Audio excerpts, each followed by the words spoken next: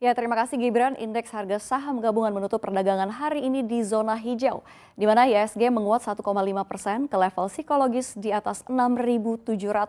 Investor asing terpantau mengukuhkan asing lebih seluruh pasar sebanyak 980 miliar dan di final level IHSG melanjutkan pertahanannya di zona hijau dengan penguatan 1,5% ke 6.726 dan net buy asing sebesar 979 miliar, ini hampir 1 triliun. Dan ada sentimen yang turut mempengaruhi pergerakan pasar hari ini.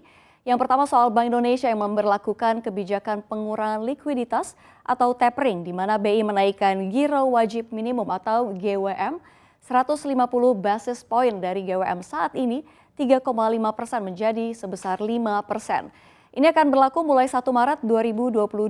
Kemudian Bank Indonesia juga akan menaikkan 50 basis point GWM lagi menjadi 6,5% pada 1 September 2022. Kenaikan ini akan dilakukan secara bertahap untuk GWM rupiah, untuk bank umum dan konvensional. Di mana pada periode pertama kenaikan GWM yakni Maret 2022, ini untuk pemenuhan GWM harian 1% dan rata-rata 4%. Sementara untuk September 2022 nanti pemenuhan GWM harian 1% dan rata-rata 5,5% akan berlaku di 1 September 2022. Dan kenaikan GWM ini pada dasarnya dilakukan untuk mengurangi likuiditas bank untuk mengerem penyaluran kredit ya, sehingga membuat bank ini menjadi kurang leluasa begitu. Dan sementara sentimen yang kedua di mana laju harga nikel cukup agresif di awal tahun dan hingga kemarin logam green energy tersebut sudah naik 16,3%. Dan di hari Kamis kemarin harga nikel dunia tercatat 24.135 US dollar per ton. Angka ini naik 4,24% dibandingkan posisi hari sebelumnya. Dan pencapaian harga nikel ini didorong oleh pasokan yang makin ketat ya, di mana pabrik-pabrik baja tahan karat atau stainless steel ini terus membeli nikel untuk persediaan jelang tahun baru Imlek. Sehingga persediaan di pasar menjadi langka dan membuat harga nikel terus melambung.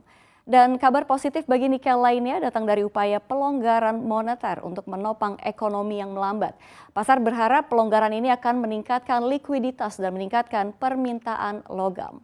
Bahkan Director of Research at Wisdom Tree, Naitsa, memprediksi harga nikel ini bisa mencapai 25.000 ton di tahun ini ya. Nah, Indonesia patut bersyukur nampaknya karena memang dilimpahi sejumlah sumber daya energi dan tambang termasuk nikel.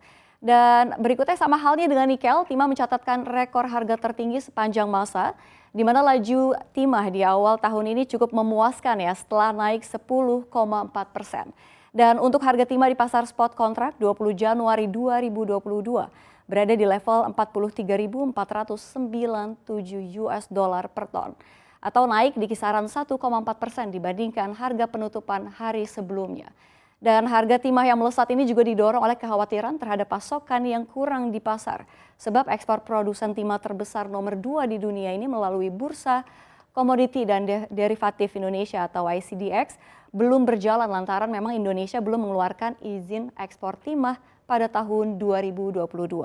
Dan hal ini memicu kekhawatiran pasokan timah di pasar, terlebih peran Indonesia adalah produsen utama timah dunia. Nah, lalu seperti apa ya dampak kenaikan harga timah dan nikel kepada emiten-emiten tambang mineral ini? Kita lihat ada timah ini menguat 2,78% ke harga 1.480 per lembar saham, lalu ada aneka tambang yang menguat di 0,78% ke harga 1.950, lalu ada Vale Indonesia yang naik 1% ke level 5.050, serta Bukit Asam yang menguat di 0,35% ke harga 2.830.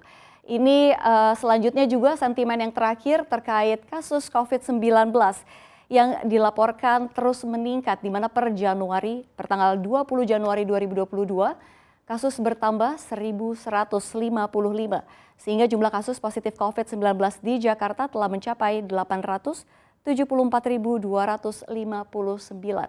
Dan terkait hal ini, pemerintah Provinsi DKI Jakarta memastikan akan menerapkan kebijakan karantina terbatas alias mikro lockdown terhadap daerah yang teridentifikasi masuk dalam kategori zona merah COVID-19.